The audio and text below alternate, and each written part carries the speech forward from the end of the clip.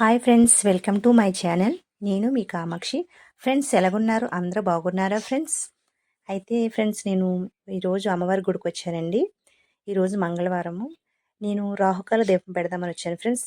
అయితే నేను ఇంట్లోనే శుక్రవారం నాడు చేసుకుంటాను. ఇంట్లో చేసుకునే ఫలం అయితే నేను మట్టి ప్రమిదిలో చేస్తాను. అయితే నేను గుళ్ళో నిమ్మకాయల దీపం పెట్టాలనేసి రాహుకాల టైంలో వచ్చాను. అంటే మనకి రాహు ప్రభావం ఎక్కువగా ఉంటే గనక ఆయన అనుగ్రహం కోసం ఈ రాహుదీపం అనేసి మనం పెడతాం. అయితే మనం ముందుగా ఒక ప్లేట్ తీసుకుని ఆ ప్లేట్లో మనం పద్మ ముగ్గు వేసి చక్కగా నీట్గా పద్మ ముగ్గు వేసుకోవాలండి. వేసుకుని చక్కగా పసుపు కుంకుమ వేసుకుని మనం మందారాకులు కానీ తమలపాకులు కానీ తీసుకోవాలి. అయితే నేను మందారాకులు తీసుకున్నానండి. చక్కగా మందారాకులు చుట్టుక రౌండ్గా పెట్టుకుని మయాన్ని ఒక ఆకు పెట్టుకున్నాను.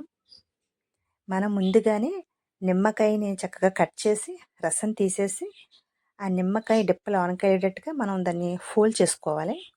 చేసుకుని చక్కగా మనం అన్నీ రెడీగా ప్రిపేర్ చేసి పెట్టుకున్నాను. మళ్ళీ మనం గుడికి వచ్చాక ఇబ్బంది పడకూడదని ముందుగానే మనం అన్నీ చేసుకుని వెళ్ళాను. చక్కగా అన్నీ నీట్గా అన్నీ సర్దుకున్నాను ఫ్రెండ్స్.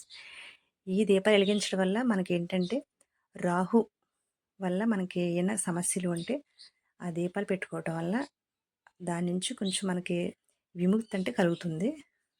ఆ టైంలో మనం చక్కగా అమ్మవారికి దీపారాధన చేసి అమ్మవారిని జపం చేసుకుంటూ మీకు వచ్చిన అమ్మవారి ఏదో ఒక మంత్రం చదువుకోవాలి.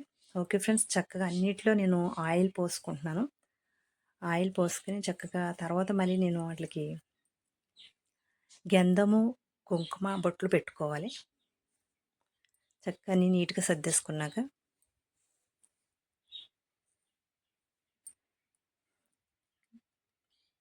తర్వాత మళ్ళీ అందులో మనం రెండేసి ఒత్తుల కాడికి ఒక ఒత్తి కింద వేసుకోవాలండి. నేనైతే 4 నిమ్మకాయలు తీసుకున్నానండి. 4 నిమ్మకాయలు 8 చెక్కలు అవుతాయి. అక్కడ ప్రసాదానికి నేను బెల్లం ముక్క తీసుకున్నానండి. అన్నిటిలో ఒత్తిరేసేసిన తర్వాత చక్కగా అక్కడ ఒక ఆకు వేసి ఆకులోను ప్రసాదం పెట్టాను. అన్నిటికి అక్షింతలు పువ్వులు దీపాలు కాడ అన్నిటికి పెట్టుకున్నానండి. పెట్టుకుని ముందు మన ఇష్టదైవాన్ని చక్కగా వినాయకుని తలుసుకుని అలాగే మీకు ఇష్టదైవాన్ని తలుచుకున్నాక చక్కగా అమ్మవారిని జపం చేసుకుంటూ దీపారాధన చేసుకోవాలండి.